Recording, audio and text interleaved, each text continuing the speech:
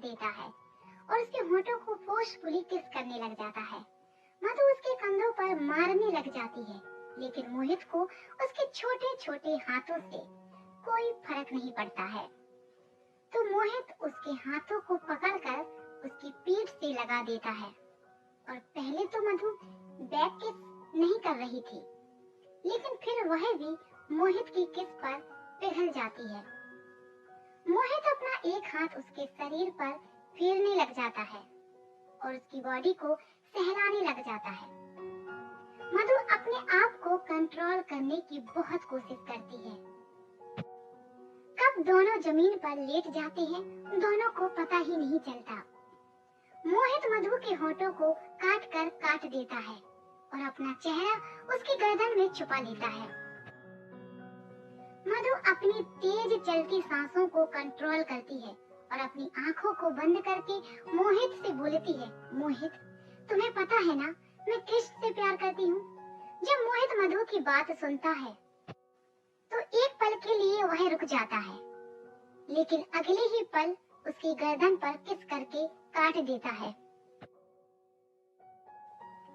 और फिर अपनी बड़ी सी सेंसिटिव वॉइस में मधु से बोलता है कि मैं आज तुम्हें इसी बात का एहसास दिलाना चाहता हूँ, तुम किससे प्यार करती हो, क्योंकि मेरे छूने से तुम्हारी बॉडी रिएक्ट कर रही है। कुछ पलों में तुम्हें भी एहसास हो जाएगा कि तुम कृष्ण से या फिर मोहित से प्यार करती हो। इस टाइम मोहित मधु के ऊपर लेटा हुआ था। मधु की तेज चलती सांसों के कारण उसका शरीर ऊपर नीचे हो रहा था, जो मोहित को और भी ज्यादा उत्तेजित कर रहा था। जब मोहित से कंट्रोल नहीं होता तो वह अपना कंट्रोल खो देता है और मधु की बॉडी को सहलाने लगता है और उसके होठों पर अपने होंठ रखकर उसके होठों को चूमने लग जाता है।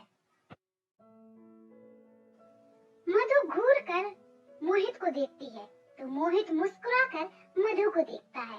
मधु भी समझ जाती है कि वह जो एहसास उसे मोहित के पास होने से होता है, वह उसे कभी कृष्ण के पास होने से नहीं होता है। उसे यह साफ हो जाता है कि कृष्ण के प्रति उसका जो एहसास है वह सिर्फ एक दोस्ती वाला है, लेकिन मोहित के प्रति जो उसके एहसास हैं वह एक प्रेमी की तरह है।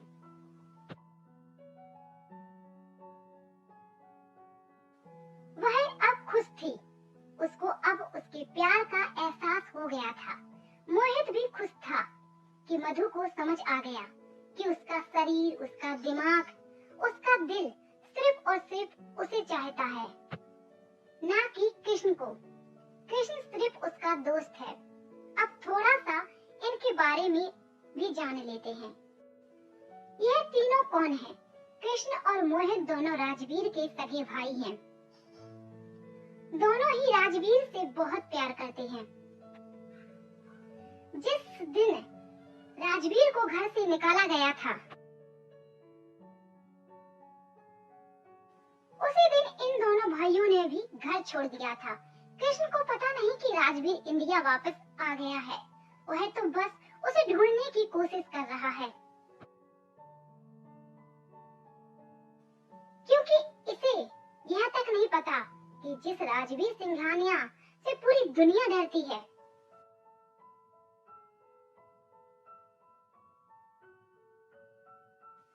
वह राजवीर सिंघानिया कोई और नहीं, उसका भाई है। और मधु इन दोनों की बचपन की दोस्त। राजवीर उसे अपनी छोटी बहन मानता है, इसलिए वह भी राजवीर को अपना बड़ा भाई मानती है। उधर दूसरी तरफ राजवीर और आराध्या दोनों कार में बैठे होते हैं। राजवीर तो बस अपने काम में लग जाता है, लेकिन आराध्या के मन में अभी भी वही बात चल रही होती है जो राजवीर ने निखिल से बोली थी कि तुम्हारी हिम्मत भी कैसे हुई उस पर गंदी नजर डालने की। तुम क्या जानते नहीं कौन है वह? सिंघानिया कॉर्पोरेशन की होने वाली मालकिन है। ना जाने क्यों आराध्या को राजवीर की बात बहुत अच्छी लगती है। उसके चेहरे पर यह बात याद करके अपने आप ही मुस्कुराहट आ जाती है और वह अपना चेहरा खिड़की की तरफ होती है।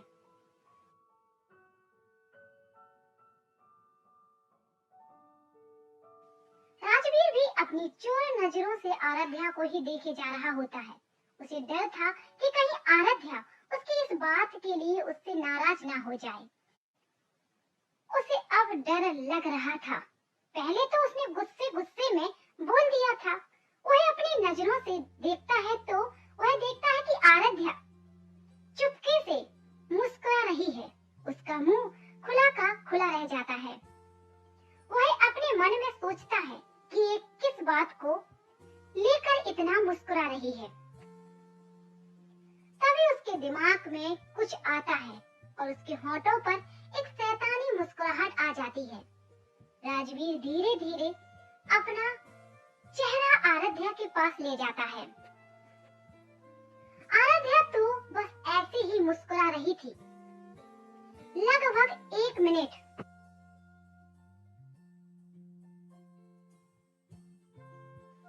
के बाद जब आराध्या को अपने नेक पर किसी की गर्म सांसें महसूस होती है तो वह डर जाती है। लेकिन तभी उसे जानी पहचानी खुशबू आती है। जैसे ही वह पीछे पलट कर देखती है तो गलती से उसके होंठ राजवीर के होंठ से छू जाते हैं, जिसके कारण दोनों के शरीर में सिहरन सी दौड़ जाती है। आराध्या की आंखें बड़ी बड़ी हो जाती हैं। उसे राजवीर की आंखों में शैतानी साफ दिखाई दे रही थी। आराध्या अपनी आंखें छोटी करके राजवीर को घूर कर देखती है और उससे पूछती है कि तुम मेरे इतने करीब क्या कर रहे हो। तो राजवीर भी अपना चेहरा उसके चेहरे के करीब ले जाकर बोलता है, तुम चोरी चोरी चुपके से क्यों मुस्कुरा रही हो, पहले मुझे यह बताओ।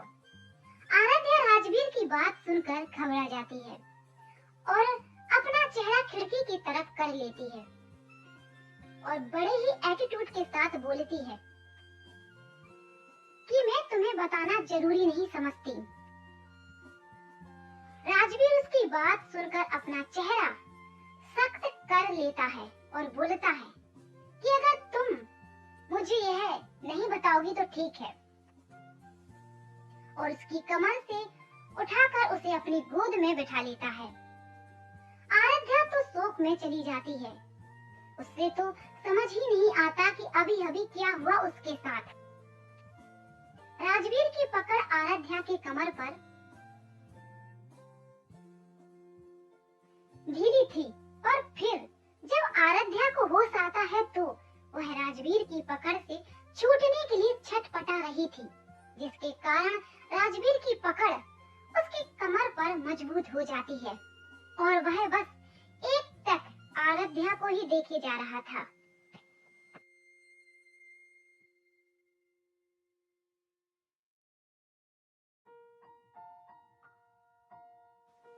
आराध्या राजवीर की गोद में छटपटा रही होती है, जिसके कारण राजवीर की पकड़ आराध्या की कमर पर और कस जाती है। वह आराध्या से बोलता है कि चुपचाप बैठी रहो और मुझे काम करने दो। उसके बाद वह आराध्या को देखकर एक टेढ़ी स्माइल देता है, जैसे उसे चिढ़ा रहा हो, और अपना लैपटॉप लेकर काम करने लग जाता है। आराध्या राजवीर को देखकर अपने मन में बोलती है कि इंसान हमेशा मुझे परेशान करता रहता है। अब देखो मैं तुम्हारे साथ क्या करती हूँ। और अपने होठों पर एक टेढ़ी स्माइल लेकर इसी के साथ वह अपना हाथ राजवीर के चेहरे पर ले जाकर धीरे धीरे उसके चेहरे पर फेरने लग जाती है। कभी उसकी नाक पर, कभी उसके गालों पर टैप करती है, तो कभी उसके होठों पर अपनी उंगली फेरने लग जाती है। आराध्या के इस तरह छूने से राजवीर के शरीर की गर्मी बढ़ने लग जाती है। वह आराध्या को घूर कर देखता है और अपने एक हाथ से आराध्या का हाथ पकड़ लेता है। लेकिन आराध्या कहाँ शांत बैठने वाली थी। वह अपना दूसरा हाथ ले जाकर राजवीर के गालों पर रख देती है और अलग अलग पाउड बनाने लग जाती है, जिसके कारण वह बहुत क्यूट लग रही थी। राजवीर तो एक पल के लिए उसके मासूम चेहरे में खो जाता है। लेकिन जैसे ही उसे होश आता है,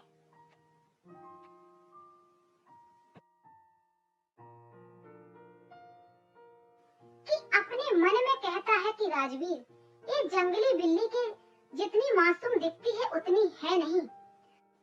राजवीर अपने होंठ आराध्या के कान के पास ले जाकर सेंसिटिव वॉइस में बोलता है, क्या तुम मुझे सेड्यूस कर रही हो? अगर हाँ तो मैं सेड्यूस होने के लिए तैयार हूँ। इसी के साथ उसके कान पर अपने होंठ रख देता है। किसके बाद ही उसके ईयर लॉब पर बाइट कर देता है, जिसके कारण आराध्या सिहर सी उठती है और फिर राजवीर अपना चेहरा आराध्या के चेहरे से दूर ले जाकर उसको अपनी आई ब्लिंक करता है और उसके बाद अपने काम में लग जाता है। उसके होठों पर अभी भी शैतानी मुस्कुराहट थी। आराध्या तो बस उसको अपनी आंखें फाड़े देखे जा रही थी। जब राजवीर का फोन रिंग करता है तब जाकर उसे होश आता है और घूर कर राजवीर को देखती है। राजवीर जब कॉलर आईडी देखता है तो उसके चेहरे पर दोबारा से कोल्डनेस आ जाती है। आराध्या तो उसे देखकर अपने मन में बोलती है, क्या है यह आदमी? अभी एक मासूम सा इंसान लग रहा था और अब बिल्कुल शैतानोक्त देवता लग रहा है।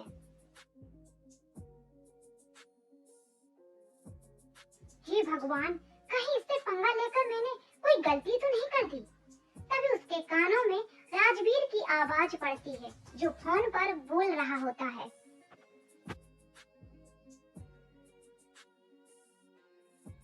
बोलो क्या खबर है? तो उधर से कुछ बोला जाता है जिसको सुनकर राजवीर के चेहरे पर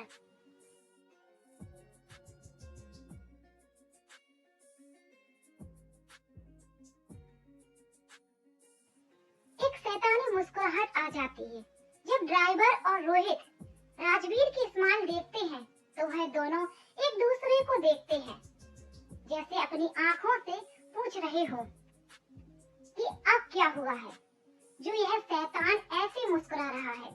अब किसकी मौत आई है? क्योंकि राजवीर के होठों पर एक खतरनाक स्माइल होती है जब किसी की बर्बादी आई हो या फिर जब किसी की मौत आई हो। कॉल काटने के बाद राजवीर एक बार आराध्या को देखता है जो अपनी डरी हुई नजरों से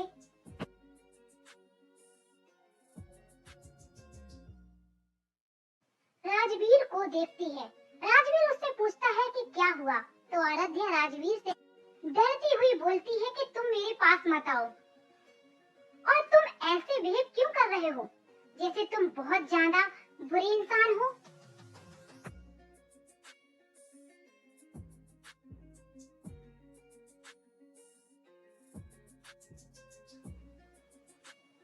जैसे ही राजवीर आराध्या की बात सुनता है तो उसकी आंखें छोटी हो जाती हैं। वह अपने मन में सोचता है कि क्या सच में इस लड़की ने उसका चेहरा देखकर पता लगा लिया कि वह कितना खतरनाक है। तो राजवीर के होठों पर एक स्माइल आ जाती है। वह आराध्या को देखकर बोलता है कि क्या तुम्हें मुझसे डर लग रहा है?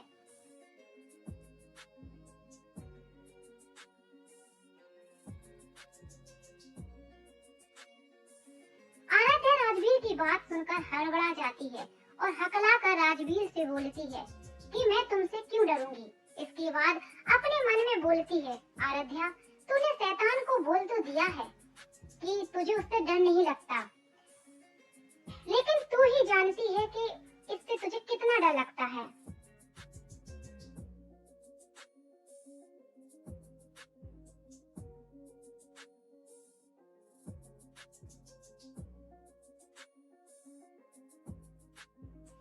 राजवीर आराध्या की बात सुनकर मुस्कुरा देता है लेकिन बोलता कुछ नहीं।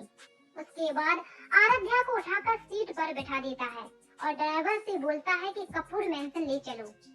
जैसे ही ड्राइवर राजवीर की बात सुनता है तो वो अपना सर हाँ में हिला देता है कार को यू टर्न ले लेता है और राजवीर रोहित से बोलता है कि शाम को